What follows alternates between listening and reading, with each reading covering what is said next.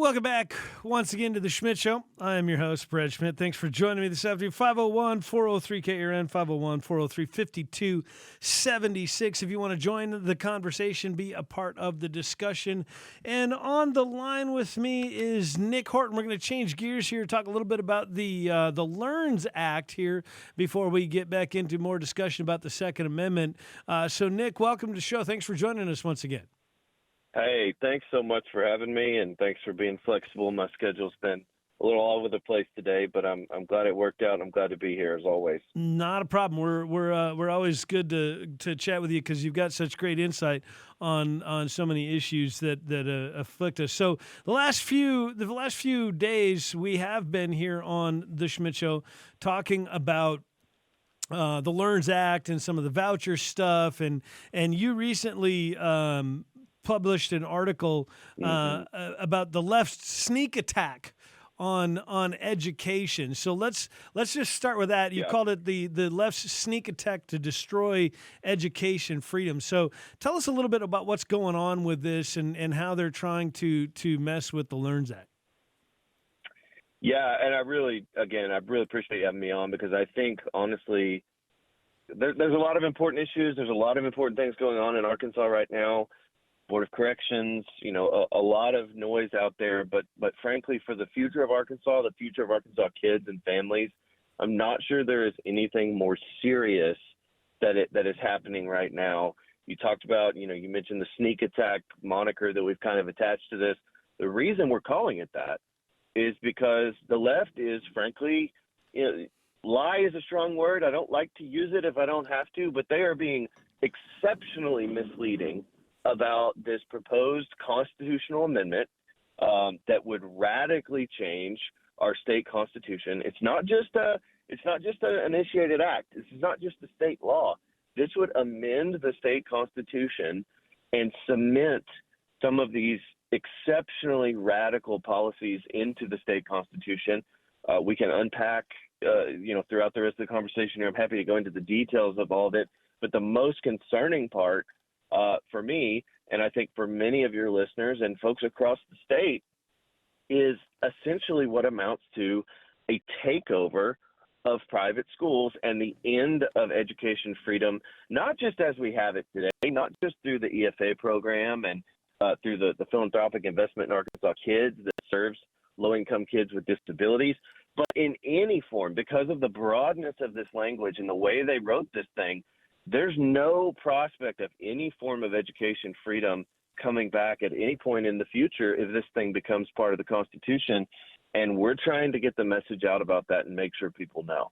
So you mentioned in the article that you've got four things that you say that they're working towards or trying to accomplish, and you mentioned specifically that essentially private schools in Arkansas would be entirely incapable of adhering to the government accreditation standards. How is that happening with this bill that they're trying, or this referendum they're trying to get passed? Yeah, and that right there, I'm glad you brought us back to that because that is the sneak attack. What they're saying is, well, it's just about fairness, Brad. It's just about fairness. I mean, don't you want all schools to meet these accreditation standards and these academic standards? I mean, isn't it fair that if they're going to get some form of taxpayer-funded money or a taxpayer-funded scholarship or a tax credit scholarship, that they should have to meet these standards? And that's what they're telling people all around Arkansas when they're outside of, liquor stores and grocery stores and everywhere trying to get you to sign these petitions. They're telling you it's about fairness. But what is fair about stripping this funding away from nearly 5,000 Arkansas kids? That number is going to grow dramatically going into next school year as the program continues to expand. What's fair about taking this funding away from kids that are now getting help going to quality schools that better fit their needs? I know you've talked and we've talked on this show and on Toby Howell's show and all over the airwaves about the Faces of Freedom stories that we've been telling. These are real Arkansans and real Arkansas kids, most of whom have learning disabilities of some form, that are benefiting from these programs that the left wants to stop. And it's a sneak attack because they're not telling you what they're trying to do. They're telling you that they're trying to create a level playing field and an equal playing ground. But what they're really trying to do they're trying to apply these public school standards that were never written for private schools. They were never written for micro schools. They were never written for any other type of school. And they're going to try to force those on private schools that accept education freedom dollars. And the result of that is it's impossible for private schools to comply with that for a variety of reasons. And so the result is going to be the end of education freedom forever in the state of Arkansas, and that's what they want. Well, and in the article, too, you point out that it's not just like, oh, they have to meet certain math standards or certain science standards or things like that. Some of the requirements, these accreditation standards, don't really have anything to do with education at all. For example, you mentioned in the article Standard 4B, which would require school districts or private schools to employ a superintendent. Section 3A5 would require them to hire a business manager. And there's a lot of administrative stuff that really does nothing but benefit the teachers' unions in reality that have nothing to do with accreditation. Am I understanding that correctly? Yeah, and we didn't even touch in the article about, look, now private schools are going to be subject to teacher pay salary requirements. I mean, and like that sounds wonderful on its face, right? Like, oh, private school teachers are going to get a raise. Well, these private schools that don't have the revenue to be able to pay, they don't have access to the endless streams of taxpayer funding that public schools do to be able to pay their teachers at the same level.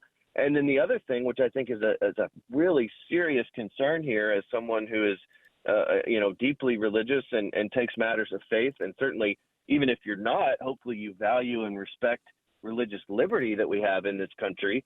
There are very serious religious liberty concerns that are brought into play with this, because now you're going to tell private schools, just for example, you got to teach evolution. Right. And by the way, you can't teach creationism. And by the way, you also, according to the Attorney General and the opinion that he gave the petitioners and warned them about, you're also going to prevent then religious schools from teaching religious subjects. I mean, right. imagine if we were to pass a constitutional amendment that said churches couldn't teach religious subjects in Arkansas because they get a property tax credit or something like that. I mean, it's totally egregious. It's incredibly radical. It's un-American. And the Attorney General said it's unconstitutional. And that's really the bottom line. So I've got to take a quick break here, but there's other things to get to here because you talk about some of these new kind of massive welfare programs that this amendment would create as well. And I want to get to that, but I do have to take a quick break. Can you stick with me for another minute? Anything for you, Brad. All right, stick with me, Nick. We'll continue with the Schmidt Show next on News Radio 102.9 KARN. Welcome back to the Schmidt Show here on News Radio 102.9 KARN. I am your host, Brad Schmidt. Thanks for joining me this afternoon. 501-403-KARN, 501-403-5276 if you want to join the conversation, be a part of the discussion. And Nic Horton is joining me. Nick is Nick, you are the founder, I guess, and executive director of Opportunity Arkansas. Did I get that correct? Well, you got it half right. Founder and CEO. CEO, okay. CEO of Opportunity Arkansas. Gotcha. Yes, and so I worked hard for that CEO title. I'm gonna hang on to that. Well, being a CEO, does that mean that you're automatically rich and impoverishing poor people? I mean, isn't that what it means to be a CEO? No, but it does mean I'm automatically right about everything. So. I love it. Nick, we were talking right before the break about this recent article you put out about this kind of sneak attack in an attempt to undermine the LEARNS Act here in Arkansas. And we mentioned right before the break these what you called a massive new welfare program, if I would quote your article. Tell us a little bit about that, what they're actually trying to do. Yeah, well, I mean, massive new welfare programs. I mean, multiple programs that they're proposing as part of this. And, you mentioned even there in your lead, I won't pick on you, but you said, this thing is going to undo the LEARNS Act. I keep hearing people say that. And, yeah, that's part of it, getting rid of education freedom as part of the state constitution. But I think, again, one of the reasons why we're trying to raise awareness about this is because this thing is actually much broader than just that. I mean, a lot of people have heard about it, or some people have heard about it, and they think, oh, it's that LEARNS thing.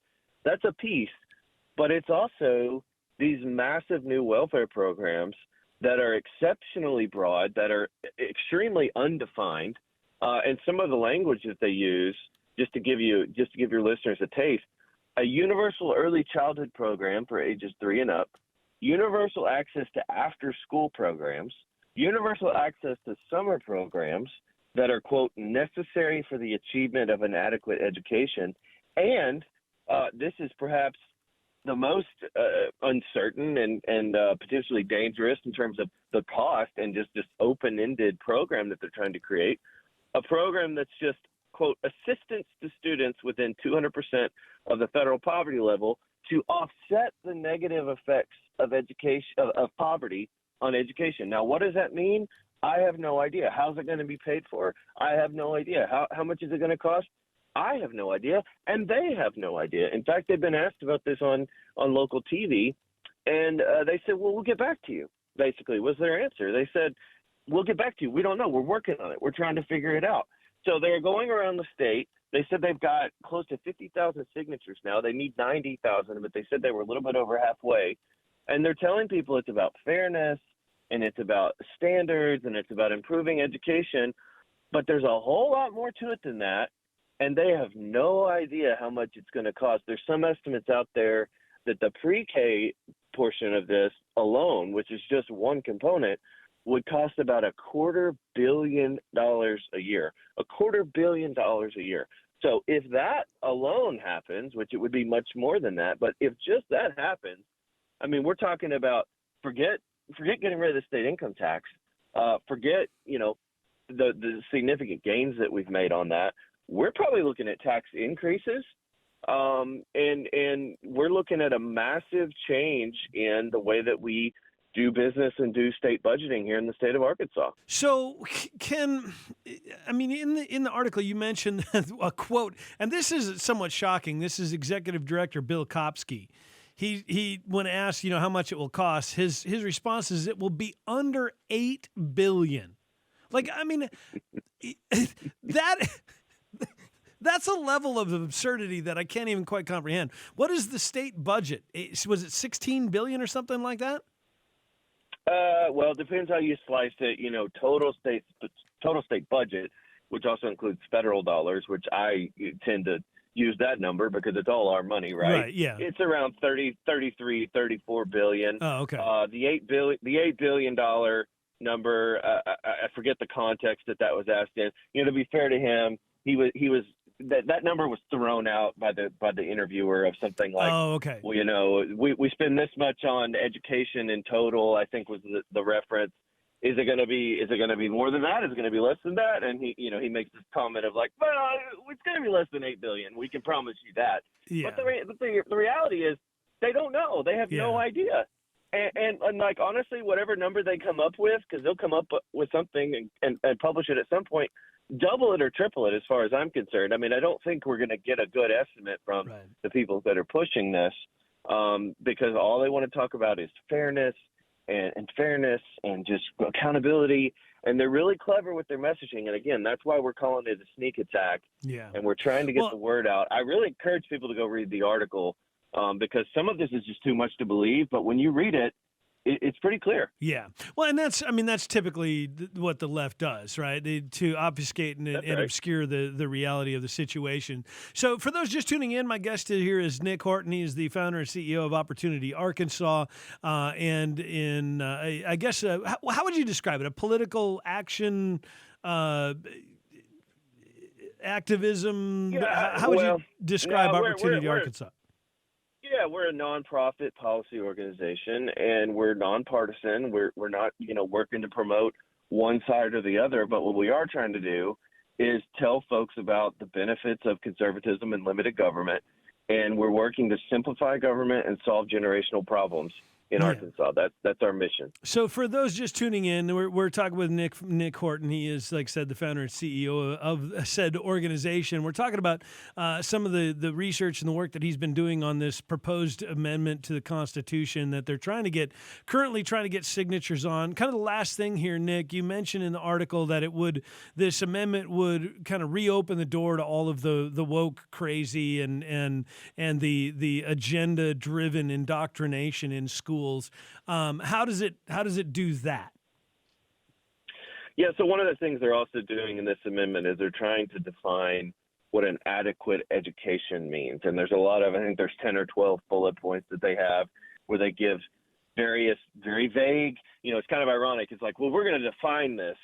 But by defining it, they actually just create more confusion because they just give these broad, sweeping statements, and a couple of them that I think can cause should cause some heartburn for folks that don't want to see indoctrination reintroduced into our schools, is that they're going to teach kids about, quote, self-knowledge and knowledge of their mental and physical wellness, and, quote, grounding in the arts to enable students to appreciate their cultural and historical heritage. Now, that all sounds very benign, right? But the problem is they're putting that language into the state constitution in a constitutional amendment if this were to become law. And frankly, I think you can read that about 1,000 different ways. And there's certain things in there that we said this in the article. I mean, those are buzzwords. Those are dog whistles for the left. That when you talk about historical heritage and mental health and well-being, I mean, those are wonderful things. But conservatives have a very different definition of those things than the people that are pushing this amendment. Right. And so I think those are red flags. I do want to say before we run out of time, I encourage everyone to go read the article. We link to the amendment, the full amendment in the piece. You can read it for yourself. And if you have a different interpretation of what this does, you're welcome to it. But this is our reading. And to me, it's pretty clear what they're trying to do. It's a sneak attack. It's going to rip thousands of dollars away from low-income families. A lot of these families have kids with disabilities, and they're finally getting help going to schools that better fit their needs. And that's a threat to the left because they want, I'm telling you, Brad, they want to keep the next generation dumb and dependent. Yeah, that's their goal. Nick, I appreciate it. I'm out of time. We'll continue tomorrow.